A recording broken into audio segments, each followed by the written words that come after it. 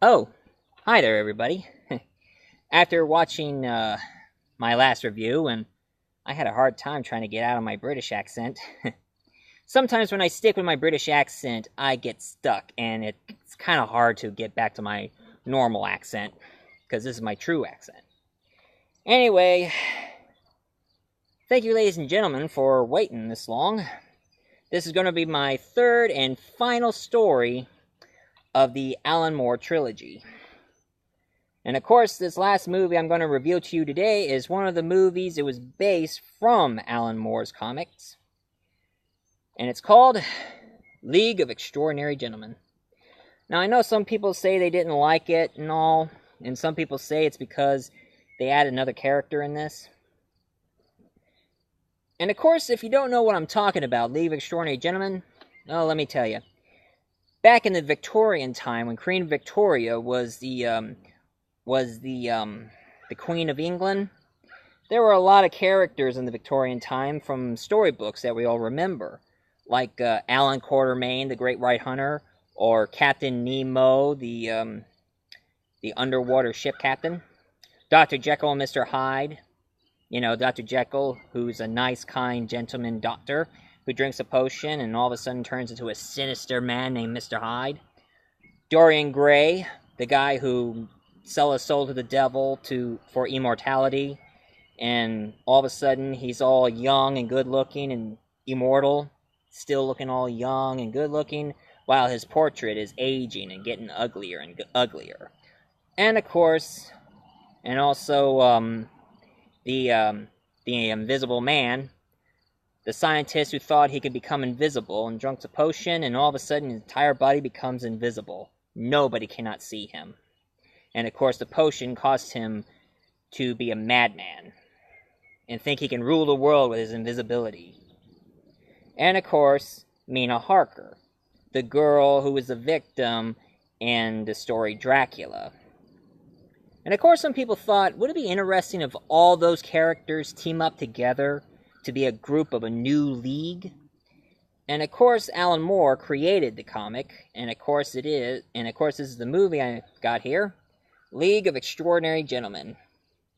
Here's the Invisible Man, Captain Nemo, Alan Quatermain, Mina Harker, Dr. Jekyll, and of course, Dorian Gray. And of course, you want to know who this guy is. They made up this character to put in this movie, and it's Tom Sawyer. If you guys remember Tom Sawyer and the old books about the young boy and his adventures out in the woods, him and his friend Huckleberry Finn. Well, in this story, he's all grown up, and he works with the Secret Service. As it turns out, in this story, England is overrun by a madman who goes by the name the Phantom. And of course, what he wants to rule the world. And therefore he takes the imprint, he robs the jewels and the gold and everything that the British National Bank has. And of course, he took the blueprints of Venice. You know, the country of Venice, where it's like a flooded place, but it's floated in the bottom, under the sewer area.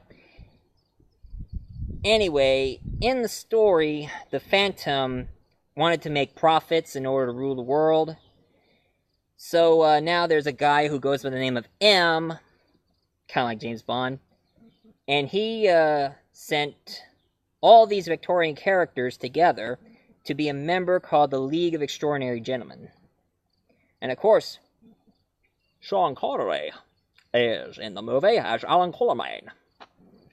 That's right. The famous British actor who played Bond, James Bond. I have a gin martini, shaken not stirred. Is now playing the Great White Hunter, named Alan Quatermain. I love doing Sean Connery.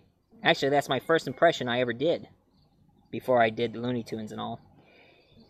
Anyway, Captain Nemo here, he has that submarine called the Nautilus, Sword of the Ocean.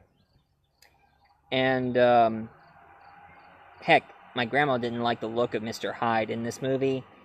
They made Mr. Hyde all ape-like. I mean, just big and type. But of course, he talks. I mean, he's like, Holmes where the heart is, that's what they say. And of course, Mina Harker here, who is a survivor from Dracula. As it turns out, in this, in the comic books and in the movie, she becomes she's a vampire in the story. I guess Dracula, I guess it was too late. Dracula had turned her into a full-blooded vampire. So, now she's like the femme fatale character in this group. And the only Victorian character in it. Now, I have looked the original comic. I have gone through the original comic, the graphic novel of League of Extraordinary Gentlemen. I was kind of depressed over that because in this movie it's really good. It got me interested, but as I looked in the original comics, it had a lot of nudity in it. I mean, even there was a sex scene between Mina and Alen Quartermain. And I decided not to keep that comic. And of course, from the original comic, and on this one, as it turns out, the Phantom turns out to be M. And if you want to know what M stood for, it's Professor James Moriarty. If some of you have read the Sherlock Holmes books, Professor Moriarty is the Napoleon of crime, and he is Sherlock Holmes' arch nemesis. So that's what Moriarty is. So it turns out Moriarty had killed Sherlock Holmes and escaped his death, and of course planning to do some evil once again. But of course the League of Extraordinary Gentlemen stops him. And of course, I also read in the comic that they picked up after they deal with Moriarty, they battled against the Martians, who look exactly like from that old book created by H.G. Wells, War of the World. The Martians, you know, those... If you saw the movie War of the World with Tom Cruise, you know exactly what I'm talking about. Those were the kind of Martians they were battling against. They were planning on doing a sequel of this, but sadly, it didn't go through. But too bad, I would have been interested in seeing it. And of course, according in this movie, and of course in the comic books, Dorian Gray is immortal, but it turns out he's a traitor. He worked for Moriarty. Because what Moriarty really wanted was the powers that these characters have. He wanted Mina's vampiric ability, Captain Nemo's inventions and things that he created in the Nautilus and all. And also, they wanted Dr. Jekyll's formula to create an army of Highs. And of course, the invisible potion to create invisible spies and vampiric assassins. That was the whole plan in this one. The movie is pretty good. The comic book is so-and-so. I mean, I know some of you people would say these movies sucked, but I like them. I mean, it's kind of like my guilty pleasure, per se. And this one is very watchable, and I love the action. And it kind of makes me think about the Victorian times. Because some of the Victorian times are very fascinating if you look up history. As for me, I'm a real history nut, so that's why I always talk about history. Well, this is Multi-Voice Reviewer saying thank you for watching, and stay tuned for the next show. I gotta get out of here.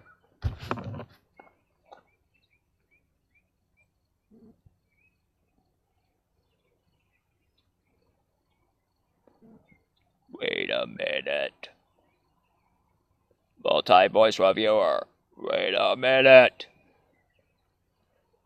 Did someone say something? It's I. Swamp Thing.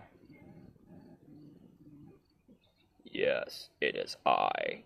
Swamp Thing. Well, what do you want? I am here because you forgot one thing. What's that? Before Alan Moore created the Watchmen and the other comic books, there was another comic he done. Oh yeah, that's right. That's right. You're right, Swamp Thing. Ladies and gentlemen, before Alan Moore created those comic books, back in the 80s, he created